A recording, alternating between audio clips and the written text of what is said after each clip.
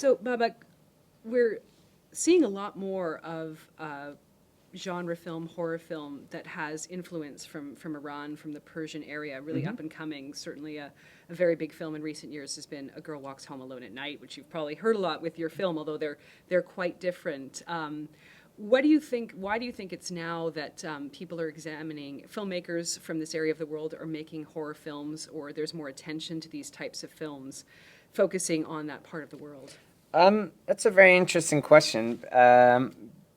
Basically, in Iran, there's a huge fan base for horror films, but Iranian filmmakers don't typically make horror films. It's not a popular genre for the filmmakers there to make. So I think it's just like in case of Under the Shadow, and like I think Anna Lily Amanpour with Girl Walks Home Alone at Night. It's just those Iranians who sort of like left Iran, because like there's like a huge Persian community since the revolution and war. Like a lot of Iranians like sort of migrated to various places in the world. So I think like here and there now you see like the sort of like second generation or third generation Iranians popping up, and then they want to sort of re-examine their sort of like history and background.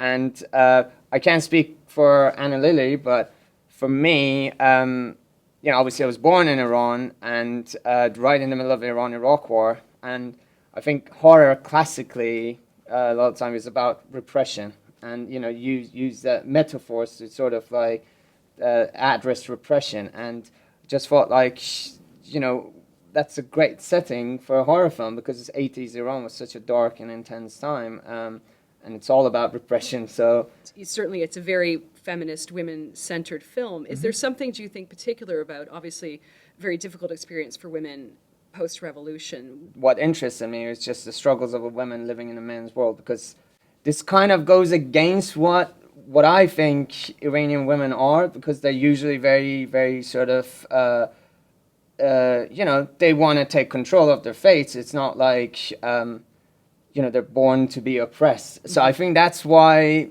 I don't know, it's not in our culture, for the women. That's like my mom is a strong character, my aunts, both of my grandmothers were. So I think, I don't know, it just comes naturally because that contradiction, like putting a woman like that in that scenario, you get drama, and drama comes, from conflict. Mm-hmm. The first half of the film really focuses on the family situation and the political and social reality, both of the mother and her situation, and then the wider context of what's happening with the war. And then how did you balance that and then just almost, completely seamlessly move into the horror aspects? So from day one, I was just said, what if you start a film like a social drama, like any other Iranian film, but then bit by bit shift it and make it more genre, or like, as we start, it's like we're just following this character and like, her struggles, and then bit by bit we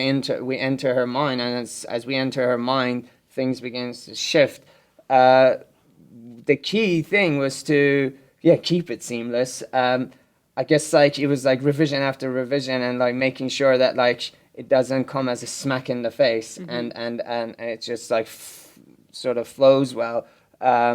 I can't put my finger on it as what technique I use, but I guess, it was just basically rewrites and rewrites of the script, making it sure, and getting loads of great notes from my producers and making sure that it happens seamlessly. I love any film that deals, really examines the architecture. I think certainly in a lot of Western countries, at least contemporary, we don't really have this knowledge of having to go to a basement to hide out from bombs. Certainly, Britain during the Blitz, but that was World War II. Not many people alive who remember that. And yet it is a reality for so many people in the world, in Israel, in Iran during that time, in a lot of countries where you have to constantly be aware. And that is a constant horror. Yeah, exactly. That is on your head.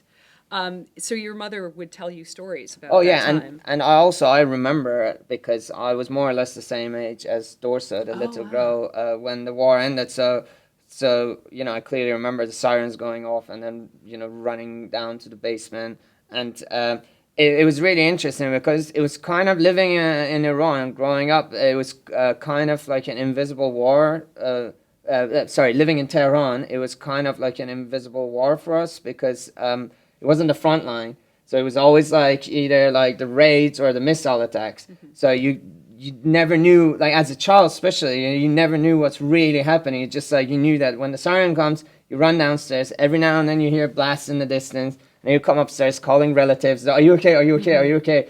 And so that was quite freaky, and like I said, because as a child you don't really understand what's happening in the real world. So we're both with the mother and the daughter in it. Sometimes, I mean, even though it's from the mother's perspective, we're also with Dorsa. Yeah. You know, when she goes back to get her doll, at first you're like, "What are you doing?" But it's like, of course she's going to go back for her doll. She's a child. That's what you want. You want that security. Exactly. That comes from this personality wrapped around this doll. Yeah. And of course, dolls, being a great trope in horror film. Films, yeah. What evil is, but the doll is, unlike a lot of those, the doll is soft. That was like done on purpose, yeah. Yeah, that's very usually they're harder dolls, or they've got porcelain plastic faces or porcelain. Yeah, it was in the script. It was written down as like a plastic, I put like plastic face of Kimia. But when it came near to the production, I realized there's no way of making the doll less creepy if I go down the plastic or porcelain route. So. It was a last-minute decision to make it a rag doll to make it soft and cute. Because I just didn't really want it to be a creepy doll. It's supposed to be, her companion. I watched a very interesting documentary a couple of years ago on censorship in Iranian film, which which is fascinating. I'm not a great expert on Iranian cinema, certainly, but you obviously you have freedom making this film less. I mean, will Under the Shadow get released in Iran? I doubt it will go in cinemas because, to be honest, I don't think there's anything offensive in it. However, I think authorities in Iran don't necessarily like films being made about Iran outside Iran because they can't really control it. They don't know what the film is going to say, and then they overanalyze everything. I doubt it. But then that was one of the main reasons because they're fantastic filmmakers in Iran, and they're still making films there. Some of them even get banned from making films like Jafar Panahi, and they learn how to sort of go around censorship and still tell their amazing stories. From day one, it was like even shooting in Iran was out of question. I mean, one of the main like basic things is just in Iran, if you have a female character in front of the camera, always they have to cover their hair.